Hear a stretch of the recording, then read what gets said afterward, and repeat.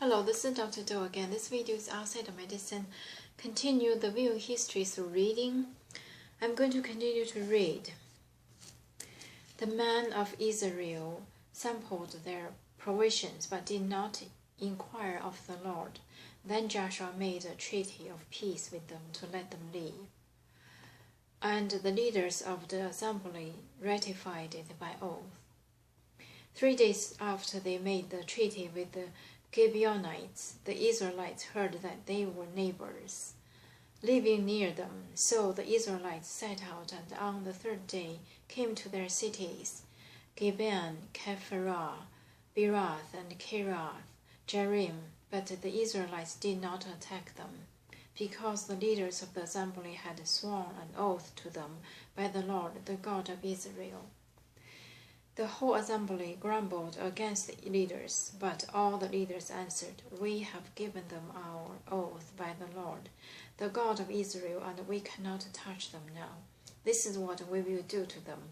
We will let them leave, so that wrath will not fall on us for breaking their oath we swore to them." They continued, "Let them leave, but let them be woodcutters and water carriers for the entire community." So the leader's promise to them was kept. Then Joshua summoned the Gibeonites and said, "Why did you deceive us by saying we live a long way from you, while actually you live near us?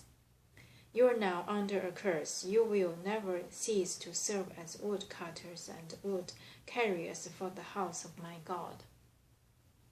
They answered Joshua, "Your servants were clearly told how the Lord your God had commanded his servant Moses to give you the whole land and to wipe out all its inhabitants from before you.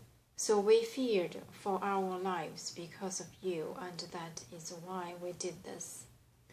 We are now in your hands. Do to us whatever seems good and right to you." So Joshua saved them from the Israelites, and they did not kill them. That day he made the Gibeonites woodcutters and water carriers for the community, and for the altar of the Lord at the place the Lord would choose, and that is what they are to this day. The sun stands still. Chapter 10. Now Adoni-Zedek, king of Jerusalem, heard that Joshua had taken Ai and totally destroyed it, doing to Ai and its king as he had done to Jericho and its king, and that the people of Jabin had made a treaty of peace with Israel and were living near them. He and his people were very much alarmed at this, because Jabin was an important city. Like one of the royal cities, it was larger than Ai, and all its men were good fighters. So Adoni-Zedek, king of Jerusalem, appealed to Hoham, king of Hebron, Paran, king of Jarmuth, Japhia, king of Lachish, and Debir, king of Eglon. "Come up and help me attack Gibeon," he said, "because it has made peace with Joshua and the Israelites." Then the 5 kings of the Amorites, the king of Jerusalem, Hebron, Jermah, Lachish, and Eglon, joined forces. They moved up with all their troops and took up positions against Gibeon and attacked it. The Gibeonites then sent word to Joshua in the camp at Gilgal, "Do not abandon your servants. Come up to us quickly and save us. Help us, because all the Amorite kings from the hill country have joined forces against us." So Joshua marched up from Gilgal with his entire army, including all the best fighting men. The Lord said to Joshua, "Do not be afraid of them. I have given them into your hand. Not one of them will be able to withstand you." After an all-night march from Gilgal, Joshua took them by surprise. The Lord threw them into confusion before Israel, who defeated them in the great victory at Gibeon. Israel pursued them along the road going up to Beth Horon and cut them down in all the way to Azekah and Makkedah. As they fled before Israel on the road down from Beth Horon to Azekah, the Lord hurled large hailstones down on them from the sky, and more of them died from the hailstones than were killed by the sword of the Israelites. On the day the Lord gave the Amorites over to Israel, Joshua said to the Lord in the presence of Israel, O sun, stand still over Gilboa, O moon, over the valley of Ajalon. So the sun stood still, and the moon stopped, till the nation avenged itself on its enemies. As it is written in the book of Joshua, the sun stopped in the middle of the sky and delayed going down about a full day. There has never been a day like it before or since, a day when the Lord listened to a man. Surely the Lord was fighting for Israel.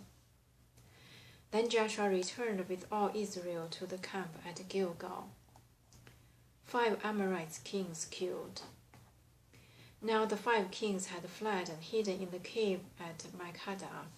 When Joshua was told that the 5 kings had been found hidden in the cave at Makkedah, he said, Roll large rocks up to the mouth of the cave and post some men there to guard it. But do not stop. Pursue your enemies, attack them from the rear, and do not let them reach their cities, for the Lord your God have given them into your hands.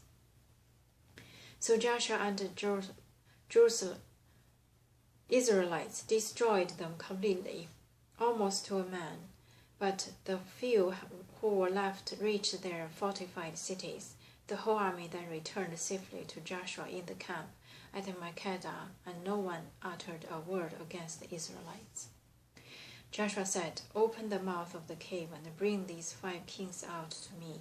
So they brought the 5 kings out of the cave, the kings of Jerusalem, Hebron, Jarmuth, Lachish, and Eglon. When they had brought these kings to Joshua, he summoned all the men of Israel and said to the army commanders who had come with him, Come here and put your feet on the necks of these kings. So they came forward and placed their feet on their necks. Joshua said to them, Do not be afraid, do not be discouraged. Be strong and courageous. This is what the Lord will do to all the enemies you are going to fight. Then Joshua struck and killed the kings and hung them on 5 trees, and they were left hanging on the trees until evening. At sunset, Joshua gave the order and they took them down from the trees and threw them into the cave. Where they had been hidden at the mouth of the cave, they placed the large rocks, which are there to this day. That day Joshua took Makkedah. He put the city and its king to the sword and totally destroyed everyone in it. He left no survivors, and he did to the king of Makkedah as he had done to the king of Jericho. I'm going to stop here today and continue next time. Thank you for watching.